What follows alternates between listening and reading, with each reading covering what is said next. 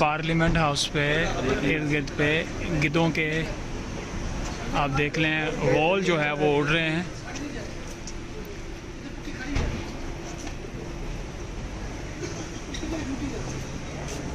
कौवे भी थे ना।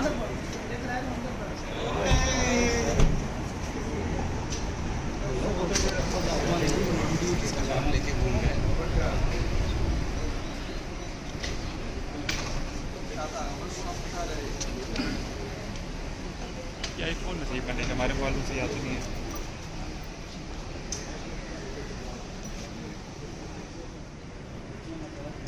ये आप नेशनल असम्बली के इर्द गिर्द देखें तो चीलें, गिद्ध और कौवे जो हैं वो मंडला रहे हैं।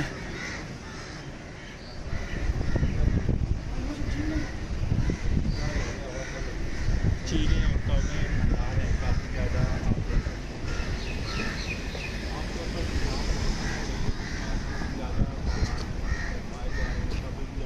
ये उस चीज़ की निशानदेही आमतौर पे समझा जाता है जब किसी चीज़ पे कोई